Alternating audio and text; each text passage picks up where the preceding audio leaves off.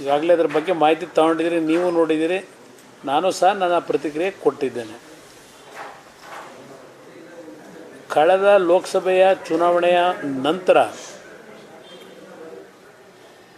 ಪ್ರಥಮ ಬಾರಿಗೆ ಜಿಲ್ಲೆಯಲ್ಲಿ ಆಗಿರತಕ್ಕಂಥ ಅನಾಹುತಗಳನ್ನು ನೋಡಲಿಕ್ಕೆ ಬಂದಿದ್ದೇನೆ. ಚುನಾವಣಾ ಫಲಿತಾಂಶದ ನಂತರ ಇರ್ಬೋದು, ಚುನಾವಣೆಯ ಆಸುಪಾಸಿನಲ್ಲಿ ನಡೆದಂಥ ಕೆಲವು ಅಹಿತಕರ ಘಟನೆಗಳು ಸಹ ಏನಿದೆ, ಆ ಹಿನ್ನೆಲೆಯಲ್ಲಿ ಕಾರ್ಯಕರ್ತರಲ್ಲಿ ಮತ್ತು ಜಿಲ್ಲೆಯ ಜನತೆಯಲ್ಲೂ ಸಹ ಒಂದು ರೀತಿಯ ನಿರಾಸೆ ಮತ್ತು ಯಾವೊಂದು ಜಿಲ್ಲೆಯ ಜನತೆ ಸನ್ಮಾನ್ಯ ನಮ್ಮ ರಾಷ್ಟ್ರೀಯ ಅಧ್ಯಕ್ಷರು ದೇವೇಗೌಡರ ಒಂದು ರಾಜಕೀಯದ ಬೆಳವಣಿಗೆಗೆ ಒಂದು ಸಣ್ಣ ಹಳ್ಳಿಯಲ್ಲಿ ಜನಿಸಿ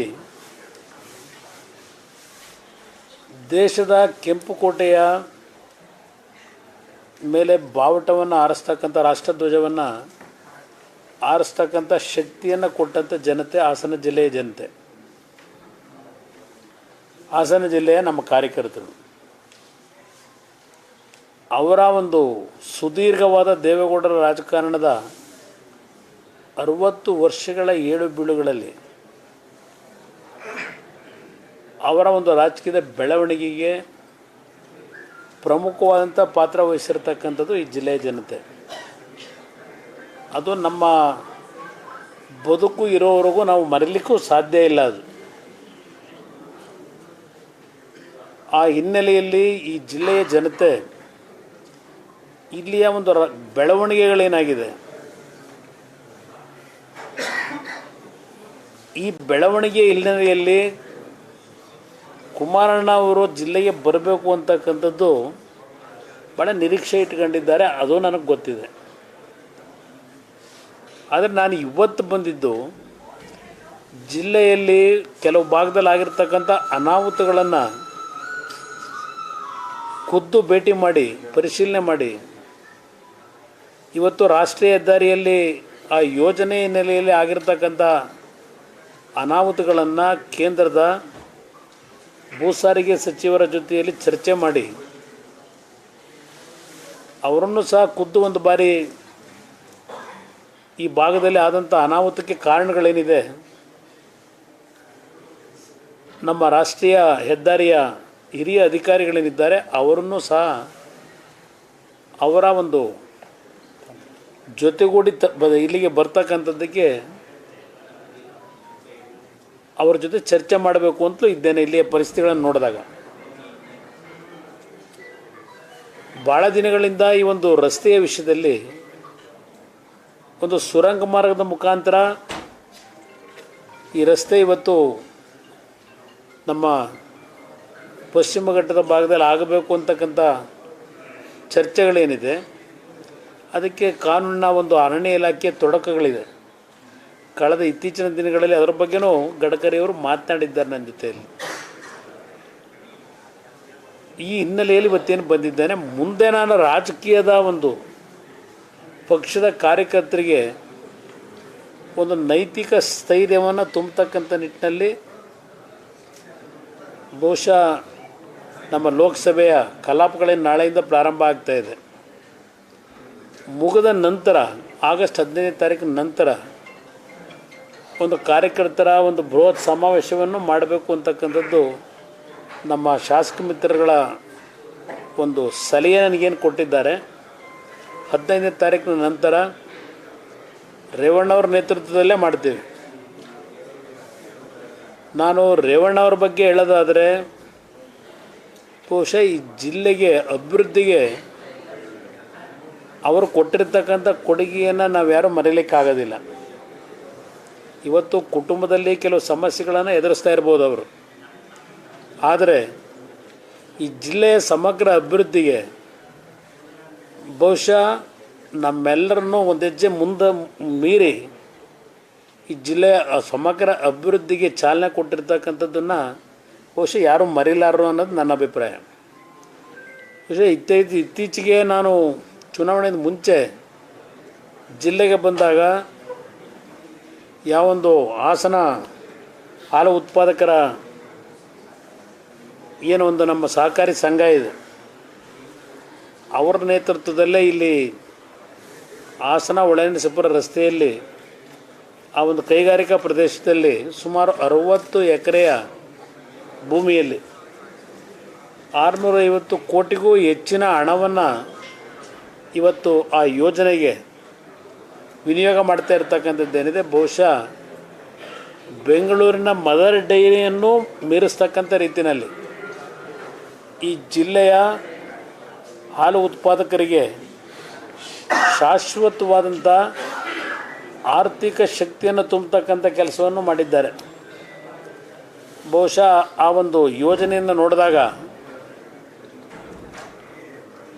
ಆ ಒಂದು ಯೋಜನೆಗೆ ಅವರು ಯಾವೊಂದು ದೂರದೃಷ್ಟಿಯಿಂದ ಮಾಡಿದ್ದಾರೆ, ಇದು ಸುಮಾರು ಒಂದು ಉದಾಹರಣೆ ಕೊಟ್ಟಿದ್ದೇನೆ ನಿಮಗೆ. ಇದೆಲ್ಲದರ ಹಿನ್ನೆಲೆಯಲ್ಲಿ ನಾನು ಅವರ ನೇತೃತ್ವದಲ್ಲೇ ಪಕ್ಷದ ಸಂಘಟನೆಗೆ ಮುಂದಿನ ದಿನಗಳಲ್ಲಿ ನಮ್ಮೆಲ್ಲ ಶಾಸಕ ಮಿತ್ರರು ಸೇರಿ ಜೊತೆ ಸ್ವಲ್ಪ ನಾನು ಹೆಚ್ಚಿನ ರೀತಿಯಲ್ಲಿ ಈ ಜಿಲ್ಲೆಯ ಜನತೆಯ ಋಣವನ್ನು ತೀರಿಸ್ತಕ್ಕಂಥದ್ದು ಒಂದು ಭಾಗ ನಮಗೆ. ಏಕೆಂದರೆ ಈ ಒಂದು ನೆಲದ ಮಣ್ಣಿನಲ್ಲಿ ಹುಟ್ಟಿ ಇವತ್ತು ನಾವು ಈ ಮಟ್ಟಕ್ಕೆ ಬರಬೇಕಾದ್ರೆ ಈ ಜಿಲ್ಲೆಯ ಕಾರ್ಯಕರ್ತರು, ಈ ಜಿಲ್ಲೆಯ ಜನತೆ ಅಂತಕ್ಕಂಥದ್ದನ್ನು ನಾವು ಎಂದೂ ಸಹ ಮರೀತಕ್ಕಂಥವರಲ್ಲ. ಅದರಿಂದ ಇವತ್ತು ಏಕೆಂದರೆ ನಾವು ಮೊದಲಿಂದ ಸನ್ಮಾನ್ಯ ನಮ್ಮ ರಾಷ್ಟ್ರೀಯ ಅಧ್ಯಕ್ಷರು, ನಮ್ಮ ತಾಯಿ ಭಗವಂತನಲ್ಲಿ ಹೆಚ್ಚಿನ ಒಂದು ನಂಬಿಕೆ ಇಟ್ಟಿರ್ತಕ್ಕಂಥವ್ರು, ಶಿವನನ್ನು ಆರಾಧನೆ ಮಾಡ್ತಕ್ಕಂಥವ್ರು. ಅವರ ಒಂದು ಶಿವನ ಆರಾಧನೆಯ ಫಲ ಇರ್ಬೋದು ಮತ್ತು ಅವರ ಆಶೀರ್ವಾದ ಇರ್ಬೋದು.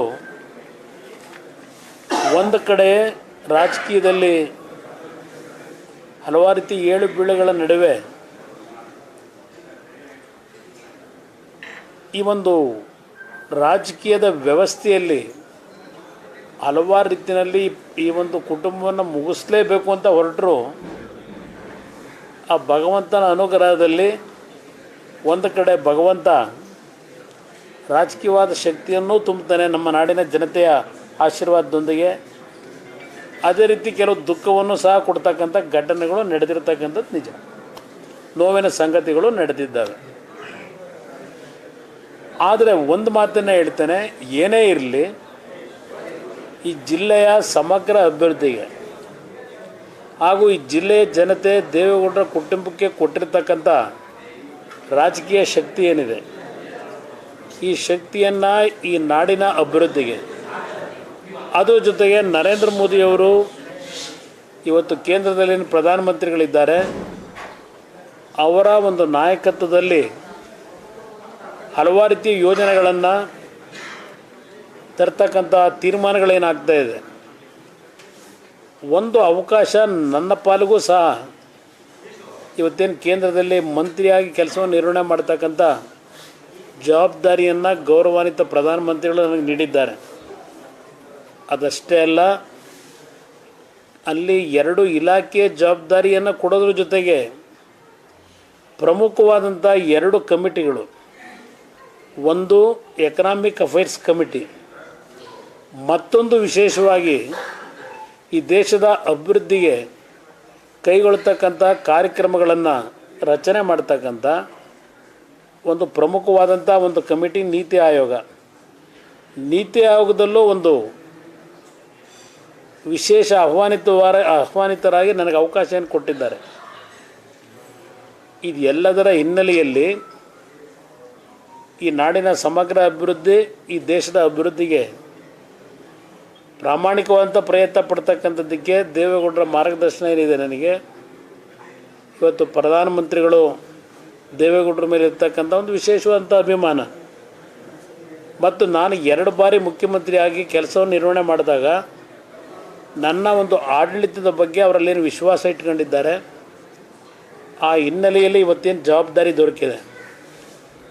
ಈ ಜಿಲ್ಲೆಯ ಮಣ್ಣಿನಲ್ಲಿ ಹುಟ್ಟಿರ್ತಕ್ಕಂಥದ್ದೇನಿದೆ, ನಾನು ದೇವೇಗೌಡರು ಈ ಜಿಲ್ಲೆಯಲ್ಲಿ ಹುಟ್ಟಿ ದೇಶದ ಪ್ರಧಾನಮಂತ್ರಿಗಳಾಗಿ ಹಲವಾರು ಯೋಜನೆಗಳನ್ನು ಈ ದೇಶಕ್ಕೇನು ಕೊಟ್ಟಿದ್ದಾರೆ. ಅವರ ಒಂದು ಮನಸ್ಸಿನಲ್ಲಿದ್ದಂಥ ಹಲವಾರು ಯೋಜನೆಗಳು ಈಗಾಗಲೇ ನರೇಂದ್ರ ಮೋದಿಯವರ ನೇತೃತ್ವದಲ್ಲಿ ನಡೀತಾ ಇದೆ. ದೇವೇಗೌಡರ ನಿರೀಕ್ಷೆ ಮತ್ತು ನನ್ನ ರಾಜ್ಯದ ಜನತೆಯ ನಿರೀಕ್ಷೆಗೆ ಪ್ರಾಮಾಣಿಕವಾದಂಥ ಕೆಲಸವನ್ನು ಈ ಹುದ್ದೆಗಳ ಮುಖಾಂತರ ಮಾಡಲಿಕ್ಕೆ ಪ್ರಯತ್ನ ಪಡ್ತೀನಿ. ಇದು ನಾನು ಇವತ್ತು ಕೇಂದ್ರದಲ್ಲಿ ಮಂತ್ರಿ ಆಗಿರ್ತಕ್ಕಂಥ ಹಿನ್ನೆಲೆಯಲ್ಲಿ ನಾಡಿನ ಜನತೆಗೆ ನಾನು ಹುಟ್ಟಿ ಬೆಳೆದಿರ್ತಕ್ಕಂಥ ಈ ಮಣ್ಣಿನ ನೆಲದಲ್ಲಿ ನಾಡಿನ ಜನತೆಗೆ ಒಂದು ಭರವಸೆ ಕೊಡಲಿಕ್ಕೆ ನಾನು ಪ್ರಯತ್ನ ಪಡ್ತಾ ಇದ್ದೇನೆ ಅಷ್ಟೇ. ನಿಮ್ಮ ಮುಂದೆ ನಿಮ್ಮ ಮುಖಾಂತರ ಐ8 ಇಲ್ಲ, ಆಮೇಲೆ ಅವೆಲ್ಲ ಚರ್ಚೆ ಮಾಡೋದು. ಐ8 ಇದೆಲ್ಲ ಕಾರಣ ಅಂತ ಏನು ತೊಂದರೆ ಇಲ್ಲ. ಇದು ಒಂದು ಭಾಗ. ಇವತ್ತು ರಾಜ್ಯದಲ್ಲಿ ನಡೀತಾ ಇರತಕ್ಕಂಥ ಬೆಳವಣಿಗೆಗಳನ್ನು ಗಮನಿಸ್ತಾ ಇದ್ದೇನೆ. ಇತ್ತೀಚೆಗೆ ವಿಧಾನಸಭೆ ಅಧಿವೇಶನ ಏನು ನಡೀತಾ ಇದೆ, ಅಧಿವೇಶನದಲ್ಲಿ ಈಗಿನ ಸರ್ಕಾರದ ಹಲವಾರು ಅಕ್ರಮಗಳು, ಆ ಅಕ್ರಮಗಳನ್ನು ಇವತ್ತು ಸಮಜಾಯಿಷಿ ಕೊಡ್ತಕ್ಕಂಥದ್ದು ಎಷ್ಟು ಕಸರತ್ತು ನಡೀತಾ ಇದೆ ಈ ಸರ್ಕಾರದಿಂದ, ಈ ರಾಜ್ಯದ ಮುಖ್ಯಮಂತ್ರಿಗಳಿಂದ. ಅದಷ್ಟೇ ಅಲ್ಲ, ಈ ಮುಖ್ಯಮಂತ್ರಿಗಳಿಗೆ ಉತ್ತರ ಕೊಡಲಿಕ್ಕಾಗದೆ ಒಂದು ದಿನ 4 ಜನ ಮಂತ್ರಿಗಳ ಮುಖಾಂತರ ಸಮಜಾಯಿಷಿ ಕೊಡ್ತಾರೆ. ಈ ರಕ್ಷಣೆಯನ್ನು ಯಾವ ರೀತಿ ಪಡ್ಕೊಳ್ಳಲಿಕ್ಕೆ ಪಾಪ ಅವರ ಪ್ರಯತ್ನ ನೋಡಿದಾಗ ನಿಜಕ್ಕೂ ಇಂಥ ಒಂದು ಪರಿಸ್ಥಿತಿ ಬರಬಾರದಾಗಿತ್ತು ರಾಜ್ಯದ ಮುಖ್ಯಮಂತ್ರಿಗೆ ಅನ್ನೋದು ನನ್ನ ಅಭಿಪ್ರಾಯ. ವಿಧಾನಸಭೆಯ ಕಲಾಪದಲ್ಲಿ ಉತ್ತರ ಕೊಡಲಿಕ್ಕಾಗದೆ ಒಂದು ಪ್ರಾಯೋಜಿತವಾದಂಥ ಮಾಧ್ಯಮದ ಸ್ನೇಹಿತರನ್ನ ಉದ್ದೇಶಿಸಿ ಮಾತನಾಡಿದ್ರು. ಪ್ರಾಯೋಜಿತ ಕಾರ್ಯಕ್ರಮ ರಾಜ್ಯದ ಎಲ್ಲ ನಮ್ಮ ಚಾನಲ್ಗಳೇನಿದೆ, ಚಾನಲ್ಗಳಲ್ಲಿ ಅವರ ನೇರವಾದ ನಾಡಿನ ಜನತೆಗೆ ಕೊಟ್ಟಂಥ ಸಂದೇಶ. 187 ಕೋಟಿ ಎಲ್ಲ ದುಡ್ಡು ನುಂಗಾಕಿರೋದು, 94 ಕೋಟಿ ಅಂತೇಳಿ ಪಾಪ ಅವ್ರು ಏನು ಹೇಳ್ತಾರೆ, 94 ಕೋಟಿ ತಿಂದರೂ ಭ್ರಷ್ಟಾಚಾರವೇ, 90 ಕೋಟಿ ತಿಂದರೂ ಭ್ರಷ್ಟಾಚಾರ, 90 ರೂಪಾಯಿ ತಿಂದರೂ ಭ್ರಷ್ಟಾಚಾರವೇ, 94 ಕೋಟಿ ಅಷ್ಟೇ ಅಕ್ರಮ ಅಂತಕ್ಕಂಥದ್ದು ಏನು ಹೇಳ್ತಾರೆ. ಈ ರೀತಿಯ ಅಕ್ರಮ ಈ ಸರ್ಕಾರದಲ್ಲಿ ನಡೀತಂಥ ಸಂದರ್ಭದಲ್ಲಿ ಆ ಚಂದ್ರಶೇಖರ್ ಆತ್ಮಹತ್ಯೆ ಮಾಡ್ಕೊಳ್ಳದಿದ್ರೆ ಈ ಅಕ್ರಮ ಹೊರಗೆ ಬರ್ತಿತ್ತ. ಇವತ್ತು ಹೇಳಿಕೆ ಕೊಟ್ಟಿದ್ದಾರೆ, ರಾಜ್ಯದಲ್ಲಿರ್ತಕ್ಕಂಥ ಎಲ್ಲ ಅಭಿವೃದ್ಧಿ ನಿಗಮಗಳೇನಿದ್ದಾವೆ ಆ ನಿಗಮಗಳಿಗೆ ಇನ್ನು ದುಡ್ಡನ್ನು ನಾವು ಕೊಡೋದಿಲ್ಲ, ಇನ್ನು ಖಜಾನೆಯಿಂದಲೇ ನಾವು ನೇರವಾಗಿ ಕೊಡ್ತಕ್ಕಂಥ ವ್ಯವಸ್ಥೆ ತರ್ತೀವಿ, ನಿಗಮಕ್ಕೆ ಕೊಟ್ಟಿರ್ತಕ್ಕಂಥ ಹಣವನ್ನು ಖಜಾನೆಗೆ ವಾಪಸ್ಸು ವರ್ಗಾಯಿಸಲಿಕ್ಕೆ ಹೇಳ್ತಾ ಇದ್ದೇವೆ ಅಂತೇಳಿ ಇವತ್ತು ಅಧಿಕಾರಿಗಳು ಹೇಳಿಕೆ ಕೊಟ್ಟಿದ್ದಾರೆ. ಇದನ್ನು ನಾನು 2017ರಲ್ಲಿ ಈ ರಾಜ್ಯದಲ್ಲಿ ನಡೀತಕ್ಕಂಥ ಪ್ರಕರಣಗಳೇನು ಹಣದ ಅವ್ಯವಹಾರಗಳು ನಡೀತಾ ಇದೆ, ಒಂದು ಬಾರಿ ಎಲ್ಲ ಇಲಾಖೆಯಲ್ಲಿರ್ತಕ್ಕಂಥ FDಯಲ್ಲಿ ಇಟ್ಟಿರ್ತಕ್ಕಂಥ ದುಡ್ಡನ್ನು ಒಂದು ಖಜಾನೆಗೆ ವಾಪಸ್ ತಗೊಂಡು ಏನೇನಾಗಿದೆ ಅಂತಕ್ಕಂಥ ಪರಿಶೀಲಿಸಬೇಕು ಅಂತ 2017ರಲ್ಲೇ ನಾನು ಸರ್ಕಾರಕ್ಕೆ ಸಲಹೆ ಕೊಟ್ಟವನು. ಇವತ್ತು ಇವರು ಮಾಡಿರ್ತಕ್ಕಂಥ ತಪ್ಪನ್ನು ಮುಚ್ಕೊಳ್ಳಲಿಕ್ಕೆ 21 ಹೊಸ ಚಾರ್ಜಸ್ ಏನು ಮಾಡಿದ್ದಾರೆ BJP ಸ್ನೇಹಿತರುಗಳ ಮೇಲೆ. ನಾಚಿಕೆ ಆಗಬೇಕು ಈ ಸರ್ಕಾರಕ್ಕೆ. 2013ರಿಂದ ಇದೇ ಸಿದ್ದರಾಮಯ್ಯನವರು ಮುಖ್ಯಮಂತ್ರಿಗಳಾಗಿ 5 ವರ್ಷ ಆಡಳಿತ ನಡೆಸಿದ್ದಾರೆ. ಕಳೆದ 1.25 ವರ್ಷದಿಂದ ಆಡಳಿತ ನಡೆಸ್ತಾ ಇದ್ದಾರೆ. ಯಾತಕ್ಕೆ ಅಕ್ರಮಗಳು ಈಗ ನೀವೇನು ಹೇಳ್ತಾ ಇದ್ದೀರಿ? 2010 2011 ಈಗೇನು ಹೇಳ್ತಾ ಇದ್ದೀರಿ? ವಿರೋಧ ಪಕ್ಷದ ನಾಯಕರಾಗಿ ಈ ವಿಷಯಗಳು ಅವತ್ತು ನಿಮಗೆ ಗಮನಕ್ಕೆ ಬಂದಿರಲಿಲ್ಲವೇ? ಇವತ್ತು ಈ ಪ್ರಕರಣಗಳನ್ನು ಮುಚ್ಚಾಕೊಳ್ಳಲಿಕ್ಕೆ ನೀವು ಮಾಡಿರ್ತಕ್ಕಂಥ ಅಕ್ರಮಗಳನ್ನು ಇದೆಲ್ಲವನ್ನು ತನಿಖೆ ನಡೆಸ್ತೀವಿ ಅಂತ ಇವತ್ತು ನೀವೇನು ಹೇಳ್ತಾ ಇದ್ದೀರಿ? ಯಾವ ತನಿಖೆ ನಡೆಸ್ತೀರಿ ನೀವು? ಎಲ್ಲಿಂದ ತನಿಖೆ ಮಾಡಿ ಯಾರ ಮೇಲೆ ಆ್ಯಕ್ಷನ್ ತಗೋತೀರಿ? ಅರ್ಕಾವತಿ ಬಡಾವಣೆ 3000 ಎಕರೆ ಅವತ್ತು ನೋಟಿಫೈ ಮಾಡಿ ಎಷ್ಟು ಎಕರೆ ಉಳಿಸಿ ಎಷ್ಟು ಜನಕ್ಕೆ ಸೈಟ್ ಕೊಟ್ಟಿದ್ದೀರಿ, ಆ ರೀಡು ಮಾಡಿದ್ರಲ್ಲ, ಆ ರೀಡುನಲ್ಲಿ ನಿಜವಾದ ರೈತರು ಭೂಮಿ ಯಾವುದನ್ನು ವಶಪಡಿಸ್ಕೊಂಡಿದ್ರಿ ಬಡಾವಣೆ ನಿರ್ಮಾಣಕ್ಕೆ, ಆ ರೀಡು ಹೆಸರಿನಲ್ಲಿ ಎಷ್ಟು ಜನ ನಮ್ಮ ರೈತರ ಭೂಮಿ ಕಳ್ಕೊಂಡಿದ್ರು ಅವರಿಗೆ ವಾಪಸ್ ಕೊಟ್ಟಿದ್ದೀರಿ?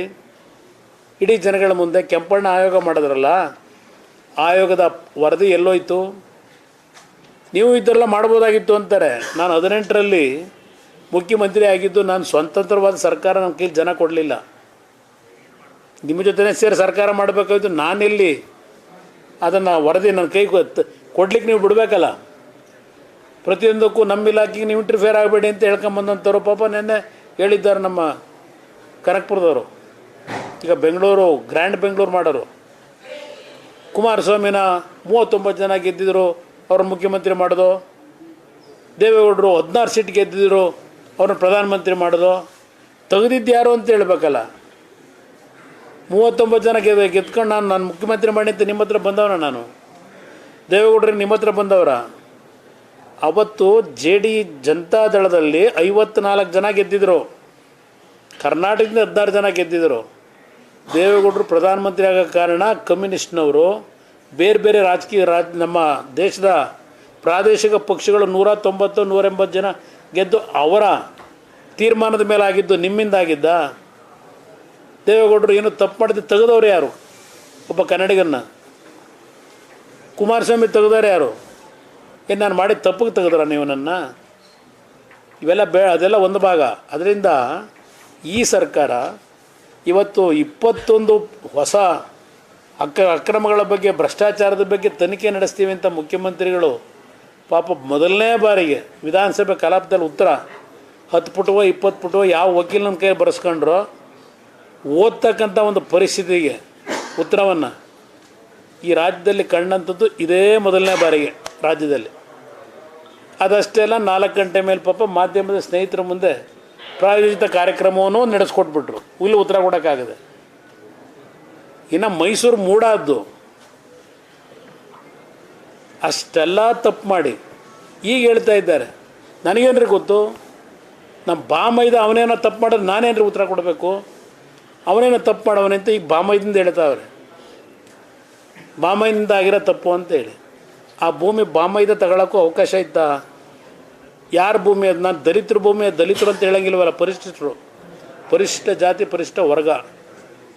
ಯಾಕೆಂದ್ರೆ ನೆನ್ನೆ ಅದು ನಡೆದೋಗಿದೆ ಚರ್ಚೆಯಲ್ಲಿ ವಿಧಾನಸಭೆಯಲ್ಲಿ. ಅಹಿಂದ ಅಂತ ಯಾಕೆ ಹೆಸರಿಟ್ಕೊಂಡವ್ರೆ? ಎಷ್ಟೋರಿಂದ ಇಟ್ಕೊಂಬಂದವ್ರು ಅಹಿಂದ ಹೆಸರು? ಅಹಿಂದದ್ದು ಬಿಡಿಸೇಳಬೇಕಲ್ಲ ಅವರಲ್ಲಿ. ಅದು ಪಾಪ ಅವರಿಗೆ ಅಹಿಂದ ಹೆಸರಿಟ್ಕೊಂಡು ನಮ್ಮ ಪರಿಶಿಷ್ಟ ಜಾತಿಯವರಿಗೆ ಅವಮಾನ ಮಾಡಿಲ್ಲ. ಉದ್ಧಾರ ಮಾಡಿರಿ ಒಬ್ಬರೇ ಅಂತ 39,000 ಕೋಟಿ ಕೊಟ್ಟಿದ್ದೀನಿ ಅಂತ. ಆ 39,000 ಕೋಟಿಲಿ ಆ ಪರಿಶಿಷ್ಟಕ್ಕೆ ದುಡ್ಡು ಎಷ್ಟು ಕೊಟ್ಟಿದ್ದೀರಿ ಅವರ ಕುಟುಂಬಗಳು ಉದ್ಧಾರ ಮಾಡೋಕ್ಕೆ? ಅವರ ಹೆಸರಿನಲ್ಲಿ ಎಷ್ಟು ದುಡ್ಡನ್ನ ಲೂಟಿ ಹೊಡೆದಿದ್ದೀರಿ? ಇದು ಈ ರಾಜ್ಯ ಸರ್ಕಾರ ನಡೀತಾ ಇರತಕ್ಕಂಥದ್ದಿಲ್ಲ. ಮೂಢ ಪ್ರಕರಣಕ್ಕೆ ಯಾರನ್ನೋ ಒಬ್ಬರನ್ನೀಗ ಇದು ನಿವೃತ್ತ ನ್ಯಾಯಾಧೀಶರ ತನಿಖೆ ಅಂತೆ. ಯಾರು ಕೇಳಿದ್ದಾರೆ ಇವ್ರನ್ನ? ಕೆಂಪಣ್ಣ ಆಯೋಗ ತನಿಖೆ ವರದಿನೇ ಇಡಲಿಲ್ಲ. ಅದು ಇಲ್ಲಿ ನೈಸ್ದು BMIC ಪ್ರಾಜೆಕ್ಟ್ದು ನಿಮ್ಮ ಕಾನೂನು ಸಚಿವರು ಕೊಡ್ತಾರೆ ಸದನ ಸಮಿತಿ ರಿಪೋರ್ಟು. 8 ವರ್ಷ ಆಯಿತು, 7 ವರ್ಷ ಸದನ ಸಮಿತಿ ರಿಪೋರ್ಟ್ ಕೊಟ್ಟು ಜಯಚಂದ್ರ CBI ಕೊಡಬೇಕು, ಇವ್ರ ಮೇಲೆ ಆ್ಯಕ್ಷನ್ ತಗೋಬೇಕು. 760 ಎಕರೆ ಭೂಮಿ ಹೆಚ್ಚಿಗೆ ನಾವು ಕೊಟ್ಟುಬಿಟ್ಟಿದ್ದೀವಿ, ಈ ಪ್ರೋಗ್ರಾಮ್ನೇ ಸ್ಕ್ರ್ಯಾಪ್ ಮಾಡಬೇಕು ಅಂತ ಕೊಟ್ಟರು. ಎಲ್ಲಿಟ್ಟಿದ್ದೀರಿ ಆ ವರದಿ? ಗ್ರೇಟರ್ ಬೆಂಗಳೂರು ಮಾಡೋ ಮಹಾನ್ ನಾಯಕರು ನಿಮ್ಮ ಮನೇಲಿ ಇಟ್ಕೊಂಡಿದ್ದೀರಾ ವರದಿಯ? ಯಾರ ಮನೇಲಿ ಇಟ್ಕೊಂಡಿದ್ದೀರಿ? ಈಗ ಅದು ಎಂಥದ್ದು ನೈಸ್ ರೋಡಲ್ಲಿ ಇದು ಕಟ್ತಾರಂತೆ. ಎಂಥದ್ದು ಬೆಂಗಳೂರು ನಗರ ನೋಡೋಕ್ಕೆ, ವೀಕ್ಷಣೆ ಮಾಡೋಕ್ಕೆ. ಟವರ್ ಅದೆಂಥದ್ದು? ಅದೆಂಥ tower? Eiffel tower, Paris type ಇಲ್ಲಿ ಕಟ್ತಾರಂತೆ ಈ ನೈಸ್ ರೋಡ್ ರಸ್ತೆಯಲ್ಲಿ. ಅವೆಲ್ಲ ಆಸ್ತಿ ಯಾರು ಬರ್ಸ್ಕೊಂಡವ್ರು? ಈಗ ಯಾರು ಸೂಪರ್ದಲ್ಲಿ ಇಟ್ಕೊಂಡಿದ್ದೀರಿ? ಇದೆಲ್ಲ ದೊಡ್ಡ ಇತಿಹಾಸ. ಈಗ ಅದೇಂಥದ್ದು ನಿಮ್ಮ ಇದೆಯಲ್ಲ ವೇಸ್ಟ್ ಮ್ಯಾನೇಜ್ಮೆಂಟಿಗೆ ಇಂಥದ್ದು 4 ಭಾಗದಲ್ಲಿ ಟೆಂಡರ್ ಕರಿತೀರಂತಲ್ಲಪ್ಪ. ಏನೋ ಓಪನ್ ಚರ್ಚೆಗೆ ತಯಾರಾಗವ್ರಂತೆ. ಪಾಪ ಏನು ದಾನ ಧರ್ಮ ಮಾಡಿದವರಂತೆ ಇವ್ರು. ನೆನ್ನೆ ಎಲ್ಲ ಕೇಳ್ತಾ ಇದ್ದೆ, ದಾನ ಧರ್ಮ ಮಾಡಿ ಬಂದವರಂತೆ, ಭಾಳ ನೀತಿವಂತರು. ಅದರಿಂದ ಇವೆಲ್ಲ ಚರ್ಚೆ ಮಾಡ್ತೀನಿ. ಇವತ್ತು ಸಿದ್ದರಾಮಯ್ಯನವರಿಗೆ ನಿಮ್ಮ ಮೂಡಾದಿದೆಯಲ್ಲ, ನಿಮ್ಮ ಮೂಡಾದಲ್ಲಿ ಯಾರ್ದೋ ಜಮೀನು ಪುಕ್ಸಟ್ಟೆ 92 ಕೋಟಿ ದುಡ್ಡು ಕೇಳ್ತಿಲ್ಲ, 62 ಕೇಳೋದು 92 62 ಕೋಟಿ ಕೊಟ್ಬಿಟ್ರು ಬಿಟ್ಟು ಕೊಟ್ಬಿಡ್ತಾರಂತೆ. ಪುಕ್ಸಟ್ಟೆ ಜಮೀನು ಅವ್ರದ್ದ, ಅದು ನೋಟಿಫೈ ಆಗಿದೆ 92ರಲ್ಲಿ,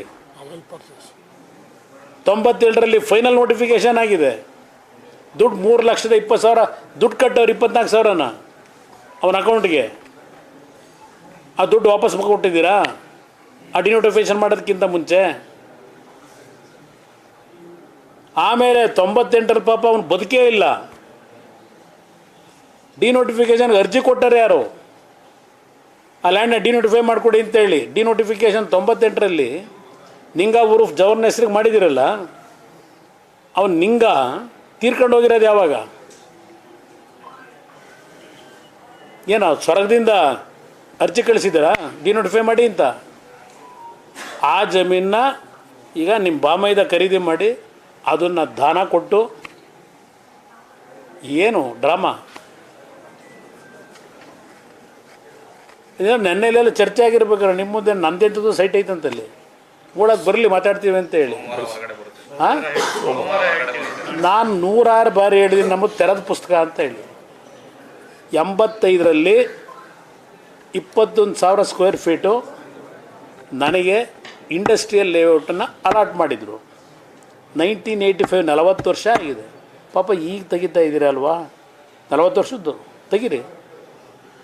85ರಲ್ಲಿ ನನಗೆ ಅಲಾಟ್ ಆಗಿ ದುಡ್ಡು ಕಟ್ಟಿದ್ದೀನಿ. ನಂತರ ನನಗೆ ಅಲಾಟ್ಮೆಂಟ್ ಮಾಡಿದ ಜಾಗದಲ್ಲಿ ಯಾವನೋ ಇನ್ನೊಂದು ಬಿಲ್ಡಿಂಗ್ ಕಟ್ಕೊಂಡ್ಬಿಟ್ಟವನೆ. ಆ ಬಿಲ್ಡಿಂಗ್ ಕಟ್ಟಿರೋದಕ್ಕೆ ನಾನು ಮತ್ತೆ ಅರ್ಜಿ ಹಾಕೋದು ಬೇಡ ಅಂತಲೇ ಇದ್ದವನು. ನನಗೆ ಕೆಲವು ಸ್ನೇಹಿತರುಗಳು ಹಿಂಸೆ ಮಾಡಿ ನನ್ನ ಗಮನಕ್ಕೆ ಬರದೆ ಒಂದು ಸೈನ್ ಹಾಕ್ಸ್ಕೊಂಡು ಹೋಗಿದ್ರು. ಇಲ್ಲಿವರೆಗೆ ಯಾವ ಕಮ್ಯುನಿಕೇಷನ್ನು ನನಗೆ ಬಂದಿಲ್ಲ. ಅದಕ್ಕೆ ಆಲ್ಟರ್ನೇಟ್ ಸೈಟ್ ಕೊಟ್ಟಿದ್ದೀವಿ ಅಂತ ಈ ಕ್ಷಣದವರೆಗೆ ನನಗೇನು ಯಾವ ಕಮ್ಯುನಿಕೇಷನ್ನು CITಬಿಂದ ಬಂದಿಲ್ಲ. ಮುಖ್ಯಮಂತ್ರಿಗಳಿಗೆ ದಯಮಾಡಿ, ನಿಮ್ಮ ಮಂತ್ರಿಗಳು ಯಾರ್ಯಾರು ಹೇಳಿಕೆ ಕೊಡ್ತಾ ಇದ್ದಾರೆ ಎಲ್ಲರಿಗೂ ದಯಮಾಡಿ ಹೇಳ್ತೀನಿ, ಇಟ್ಬಿಟ್ರಪ್ಪ ಜನಗಳ ಮುಂದೆ. ಕುಮಾರಸ್ವಾಮಿಗೆ ಅದಂತೂ 60,000 ಸ್ಕ್ವೇರ್ ಫೀಟ್ ಕೊಟ್ಟವರಂತೆ ಮೈಸೂರಲ್ಲಿ. ಯಾರೋ ಇಲ್ಲಿಂದ ದೇವೇಗೌಡರಿಂದ ಬೆಳೆದು ಈಗ ಅಲ್ಲಿಗ ಅದಂತೂ ವಕ್ತಾರ ಅಲ್ವಾ, ಎಲ್ಲದಕ್ಕೂ ನಿಂತ್ಕೊತಾರಲ್ಲ ವಕ್ತಾರ ಹೇಳೋಕ್ಕೆ. ವಿಷಯನಾದ್ರು ತಿಳ್ಕೊಂಡು ಮಾತಾಡಬೇಕು, ದಾಖಲೆ ಹಿಡ್ಕೊಂಡು ಮಾತಾಡಬೇಕು.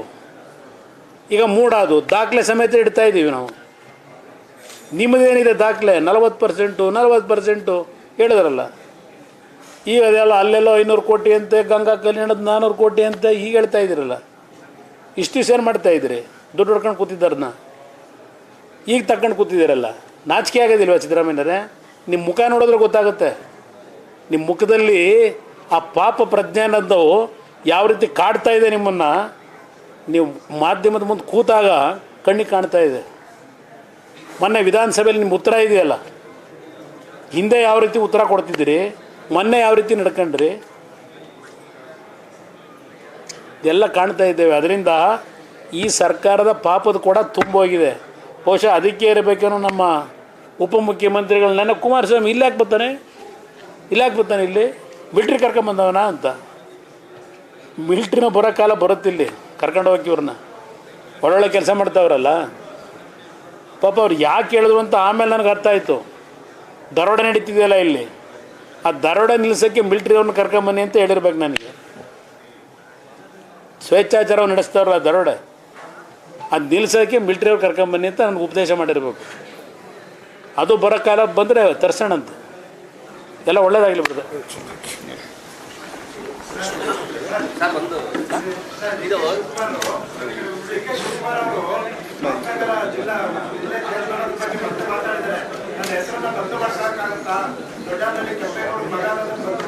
ಈಗ ರಾಮನಗರ ಬದಲಾವಣೆ ಮಾಡೋಕ್ಕಾಗುತ್ತಾ? ರಾಮನಗರ ಹೆಸರನ್ನು ಬದಲಾವಣೆ ಮಾಡೋಕ್ಕಾಗುತ್ತಾ? ರಾಮನಗರ ಈಗ ಅವರ ಹೆಸರನ್ನ ಬದಲಾವಣೆ ಮಾಡೋಕ್ಕಾಗದೇ ಇದ್ಮೇಲೆ ರಾಮನಗರ ಬದಲಾವಣೆ ಮಾಡೋಕ್ಕಾಗುತ್ತೆ? ಲೇಟ್ ಆಗಿದೆ. ಏನೇಳಿ ನಿಮಿಷ ಅಣ್ಣ, ಈಗ ಅದೆಲ್ಲ ಏನು ತಲೆ ಕೆಡಿಸ್ಕೊಳ್ಳೋ ಅವಶ್ಯಕತೆ ಇಲ್ಲ. ಏನು ಗ್ರೇಟರ್ ಬೆಂಗಳೂರು ಇದೆಯಲ್ಲ, ಏನೋ ದಿನ ಹೇಳ್ತಾರಲ್ಲ ಬ್ರ್ಯಾಂಡ್ ಬೆಂಗಳೂರು, ಗ್ರೇಟರ್ ಬೆಂಗಳೂರು. ಈಗಾಗಲೇ ರಾಮನಗರ ಜಿಲ್ಲೆ, ರಾಮನಗರದ ಡೆವಲಪ್ಮೆಂಟು ಯಾವ ರೀತಿ ಆಗಿದೆ, ಏನು ಇವರಿಂದ ಆಯಿತಾ? ಇವರು 89ರಲ್ಲಿ MLA ಅಲ್ವಾ ಸಾತ್ನೂರಿನಲ್ಲಿ? ಯಾಗಿತ್ತು ಸಾತ್ನೂರು? ಕನಕಪುರ ಆಗಿತ್ತು. ಯಾರಿಂದ ಅಭಿವೃದ್ಧಿ ಆಯಿತು? ಮಾಹಿತಿಗಳಿಲ್ವಾ? ಇವರು ಬ್ರ್ಯಾಂಡ್ ಬೆಂಗಳೂರು ಇಟ್ಟೀಗ ಇಂಪ್ರೂವ್ ಮಾಡಬೇಕಾ?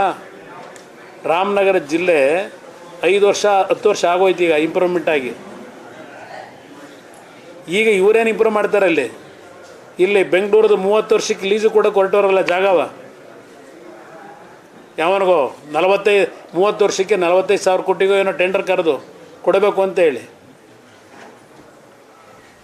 ಈ ಕಸ ತುಂಬಿಸಕ ಅಲ್ಲಿ ಬೆಂಗಳೂರು ಬ್ರ್ಯಾಂಡ್ ಬೆಂಗಳೂರು ಮಾಡೋದು.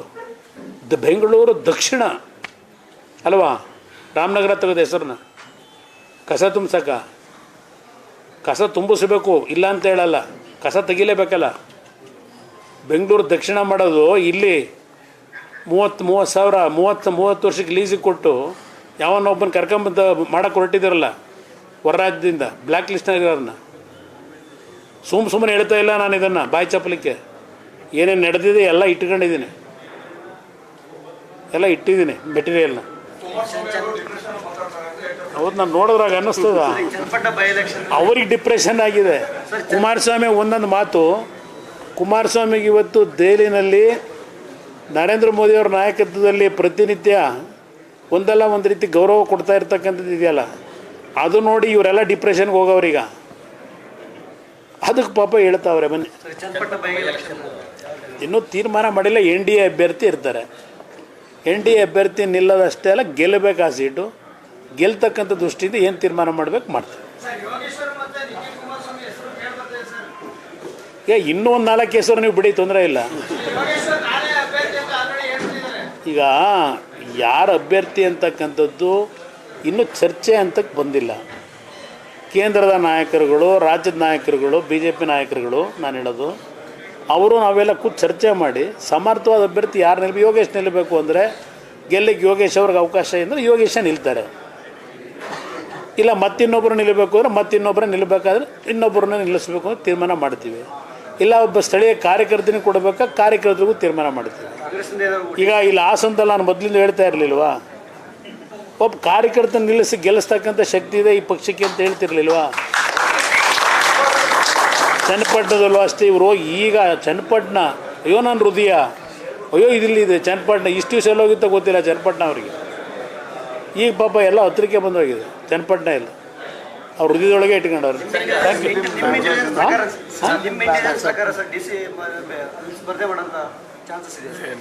ಇಲ್ಲ, ನನಗೆ ಗೊತ್ತಿಲ್ಲ. ಅವ್ರು ಯಾರನ್ನ ಬೇಕಾದ್ರೆ ನಿಲ್ಲಿಸ್ಕೊಳ್ಳಿ. ಅವ್ರ ಪಕ್ಷದ ಯಾರು ಅಭ್ಯರ್ಥಿ ನಿಂತ್ಕೊಂಡ್ರೆ ನನಗೆ ನನ್ನ ಪಕ್ಷ ಗೆಲ್ಲಬೇಕು. ಗೆಲ್ಲಕ್ಕೆ ಏನು ಕೆಲಸ ಮಾಡ್ಬೇಕು ಮಾಡ್ತೀವಿ. ನೋಡೋಣ. ಈಗ ನಾನಿನ್ನು 1 ತಿಂಗಳು ಮುಖ್ಯಮಂತ್ರಿಯಾಗಿ 1 ತಿಂಗಳಾಗಿದೆ. ಸಾರಿ ಕೇಂದ್ರದ ಮಂತ್ರಿಯಾಗಿ ನಾನು ಇಲಾಖೆಯ ಒಂದು ರಿವ್ಯೂ ಮೀಟಿಂಗ್ಗಳು ಮಾಡ್ತಾ ಇದ್ದೇನೆ. ಹಲವಾರು ಕಾರ್ಖಾನೆಗಳು ದೇಶದಲ್ಲಿ ಮುಚ್ಚಿದ್ದಾವೆ. ಹಲವಾರು ರೀತಿಯಲ್ಲಿ ಇವತ್ತು ಅಭಿವೃದ್ಧಿಗೆ ಪೂರಕವಾದಂಥ ಚಿಂತನೆಗಳು ಪ್ರಧಾನಮಂತ್ರಿಗಳಿಂದ ನಡೀತಾ ಇದೆ. ಹಲವಾರು ಅವಕಾಶಗಳಿದೆ. ಬರೀ ಹಾಸನ ಜಿಲ್ಲೆ ಅಷ್ಟೇ ಅಲ್ಲ, ರಾಜ್ಯದ ಹಲವಾರು ಪ್ರದೇಶದಲ್ಲಿ ಕೈಗಾರಿಕೆಗಳು ತರಬೇಕು ಅಂತಕ್ಕಂಥದ್ದು ನನ್ನಲ್ಲೇ ಕೆಲವು ಯೋಜನೆಗಳನ್ನೇನು ಆಗ್ತಾ ಇದ್ದೇನೆ. ಸ್ವಲ್ಪ ಸಮಯ ಬೇಕು. ಒಂದು 5-6 ತಿಂಗಳಾದರೂ ನನಗೆ ಸಮಯ ಬೇಕಿದೆ. ಹಲವಾರು ಯೋಜನೆಗಳಿಗೆ, ಅದು ಬರೀ ಕರ್ನಾಟಕ ಅಷ್ಟೇ ಅಲ್ಲ, ಇಡೀ ದೇಶದಾದ್ಯಂತ ಇವತ್ತು ಹಲವಾರು ಪ್ರದೇಶದಲ್ಲಿ ಕಾರ್ಖಾನೆಗಳನ್ನು ಯಾವ್ಯಾವ ರೀತಿ ತರಬೇಕು ಅನ್ನೋದ್ರ ಬಗ್ಗೆ ದಿನಕ್ಕೆ 10-15 ಮೀಟಿಂಗ್ ಮಾಡ್ತಾಯಿದ್ದೀನಿ. ಇವತ್ತು ಬರೀ ಕಚೇರಿಲಿ ಕೂತಿಲ್ಲ. ವಿಶ್ವೇಶ್ವರಯ್ಯ ಸ್ಟೀಲ್ ಪ್ಲ್ಯಾಂಟಿಗೆ ಭೇಟಿ ಕೊಟ್ಟಿದ್ದೇನೆ, HMTಗೆ ಭೇಟಿ ಕೊಟ್ಟಿದ್ದೇನೆ, ಅಲ್ಲಿಂದ RINLಗೆ ಭೇಟಿ ಕೊಟ್ಟಿದ್ದೇನೆ ಹೈದರಾಬಾದಿಗೆ. ಇದೆಲ್ಲ ಕಾರ್ಖಾನೆಗಳನ್ನು ಮುಚ್ಚಿರ್ತಕ್ಕಂಥ ಕಾರ್ಖಾನೆಗಳನ್ನು ಯಾವ ರೀತಿ ಇವತ್ತು ಅದಕ್ಕೆ ಜೀವ ಕೊಡಬೇಕು ಅನ್ನೋದ್ರ ಬಗ್ಗೆನೂ ಚಿಂತೆ ನಡೆಸ್ತಾ ಇದ್ದೇನೆ. ಒಟ್ಟಾರೆ ನಮ್ಮ ರಾಜ್ಯದ ನಿರುದ್ಯೋಗದ ಸಮಸ್ಯೆಗೆ ಯಾವ ರೀತಿ ಇವತ್ತು ಕಾರ್ಖಾನೆಗಳ ಅವಶ್ಯಕತೆ ಇದೆ ಅದರ ಬಗ್ಗೆ ಚಿಂತನೆ ನಡೆಸ್ತಾ ಇದ್ದೇನೆ. ನನ್ನದೇ ಆದಂಥ ರೀತಿಯಲ್ಲಿ ಕೇಂದ್ರ ಸರ್ಕಾರದಲ್ಲಿ ಪ್ರಧಾನಮಂತ್ರಿಗಳ ಒಂದು ನೆರವಿನೊಂದಿಗೆ, ಹಣಕಾಸು ಇಲಾಖೆಯ ಸಚಿವರ ನೆರವಿನೊಂದಿಗೆ ನನ್ನ ಒಂದು ಯೋಜನೆಗಳು ಯಾವ ರೀತಿ ತರಬೇಕು ಯುವಕರ ಒಂದು ಉದ್ಯೋಗಕ್ಕೆ, ಅದರ ಬಗ್ಗೆ ಮುಂದಿನ ದಿನಗಳಲ್ಲಿ ನಿಮ್ಮ ಗಮನಕ್ಕೆ ತರ್ತೀನಿ.